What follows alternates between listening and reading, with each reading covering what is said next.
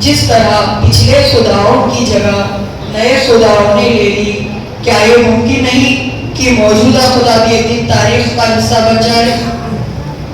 ابھی اس کے بعد مفتی شمائل ندوی کی باری۔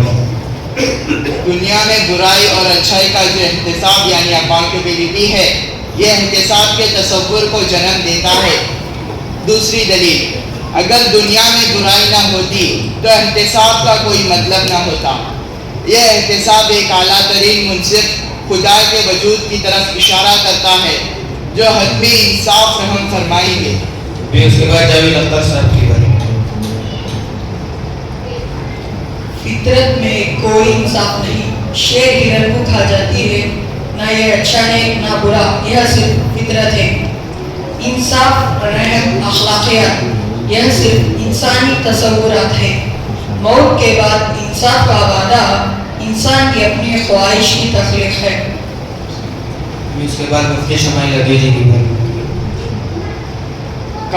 یہ کہنا کہ خدا موجود نہیں ہے، یہ بھی ایک مثبت دعویٰ ہے جس کے لیے ثبوت درکار ہے۔ یعنی یہ کہنا کہ میں خدا کو نہیں جانتا، یہ ایک موقف ہے، لیکن یہ کہنا کہ خدا موجود نہیں ہے، یہ ایک حقیقی دعویٰ ہے جس کے لیے ثبوت درکار ہے۔ اس کے بعد جاوید اختر صاحب کی باری۔ اگر میں کہوں کہ نظام شمسی یعنی سولار سسٹم میں ایک چائے دانی گھوم رہی ہے تو اسے غلط ثابت کرنا آپ کی ذمہ داری نہیں، لیکن اسے صحیح ثابت کرنا میری ذمہ داری ہے۔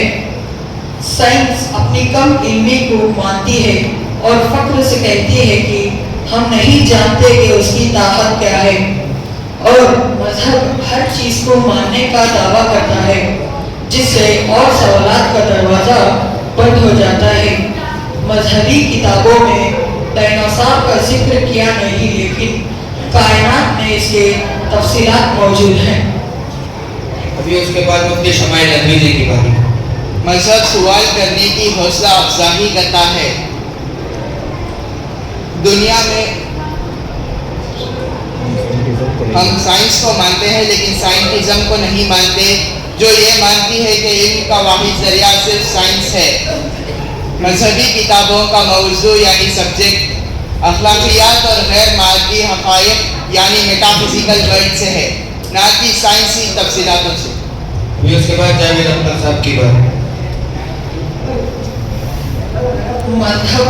مذہب شراب یا کینسر کی طرح اعتدال میں شاید ٹھیک لگے، لیکن ان میں پھیلنے اور تباہی مچانے کے رجحان ہوتے ہیں۔ تاریخی طور پر مذہبی اداروں نے سائنس کو دبانے کی کوشش کی۔ جن ممالک میں مذہب زیادہ ہے وہاں ناانصافی، جبر اور امریات زیادہ ہے۔ ابھی اس کے بعد مفتی شمائل ندوی جی کی باری۔ جاوید اختر صاحب جی کی بات بالکل بے بنیاد ہے، اس کا کوئی مطلب ہی نہیں۔ ابھی آپ نے جو بات کہی اسلامک کنٹریز کے بارے میں، یہ سب اسلامک کنٹریز میں نہیں بلکہ ان ممالک میں ہے جہاں خدا کو نہیں مانا جاتا۔ دہریت یعنی ایتھیزم کے دو بیگ بالآخر نارتھ کوریا جیسے نظام کی طرف لے جاتے ہیں جہاں خدا، دین اور اخلاقی جواب دینے کو مکمل طور پر رد کیا جاتا ہے، تو نتیجے میں ایسی ریاستی نظام بن جاتی ہے جہاں مذہبی آزادی نہ ہو، انسانی حقوق محدود یعنی لیمیٹڈ ہو اور سخت آمرانہ کنٹرول ہو۔ اسی لیے خدا کا ماننا ضروری ہے۔ ابھی اس کے بعد جاوید اختر صاحب کی باری۔ اگر آپ کا خدا ہوتا تو دنیا میں برائی کیوں ہے، ناانصافی کیوں ہے، زنا کیوں ہے، ظلم کیوں ہے؟ ابھی اس کے بعد مفتی شمائل ندوی جی کی باری۔ غزہ میں بچوں کو مارا گیا، وہ کیوں ہے؟ ابھی اس کے بعد مفتی شمائل ندوی جی کی باری۔ یہ تو ایک ایموشنل آرگیومنٹ ہے، ہم تو یہاں خدا کے وجود کے اوپر بحث کر رہے ہیں۔ یہ تو ایک ایموشنل آرگیومنٹ ہے جو ایک لاجیکل فیلیسی ہے۔ جب بات آتی ہے ٹروتھ کو ڈیسائیڈ کرنے کی، آپ کہیں گے کہ اگر خدا ہے تو ایول ایگزسٹ کیوں کرتا ہے؟ جبکہ میں کہتا ہوں کہ ایول کا ایگزسٹ کرنا بھی خدا کے ایگزسٹ کرنے کی دلیل ہے، بلکہ نہ کہ اس کے خلاف، کیونکہ اگر خدا ہے تو ہم سب اس کے سامنے اکاؤنٹیبل ہیں، اور اگر ہم سب اس کے سامنے اکاؤنٹیبل ہیں تو اکاؤنٹیبلٹی کے لیے ایول کا ہونا ضروری ہے، اور اگر ایول نہیں ہے تو ہم سب خدا کے سامنے اکاؤنٹیبل نہیں ہو سکتے۔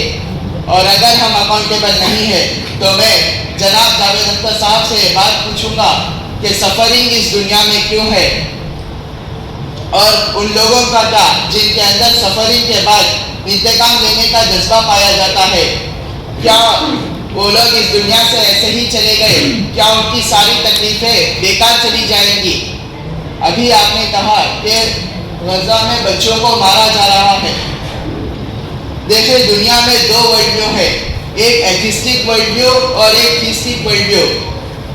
ہمارا ورلڈ ویو کہتا ہے کہ ان کا مرنا بیکار نہیں جانے والا ہے، ان کو ایوارڈ ملے گا اور بدلہ ملے گا، لیکن ان کا ورلڈ ویو کہتا ہے کہ ان کا مرنا بیکار جانے والا ہے، ان کو کوئی ریکمپنس یعنی کوئی بدلہ اور کوئی ریوارڈ نہیں ملے گا، کیونکہ ان کے یہاں آخرت اور خدا کا کوئی تصور یا گاڈ کا کوئی تصور ہی نہیں ہے۔ لہذا ہم سب کو ماننا پڑے گا کہ خدا ایک ہے، اور اللہ تبارک و تعالیٰ ہم سب کو ایمان پر چلنے کی توفیق عطا فرمائے۔ آمین۔ السلام علیکم ورحمۃ اللہ وبرکاتہ۔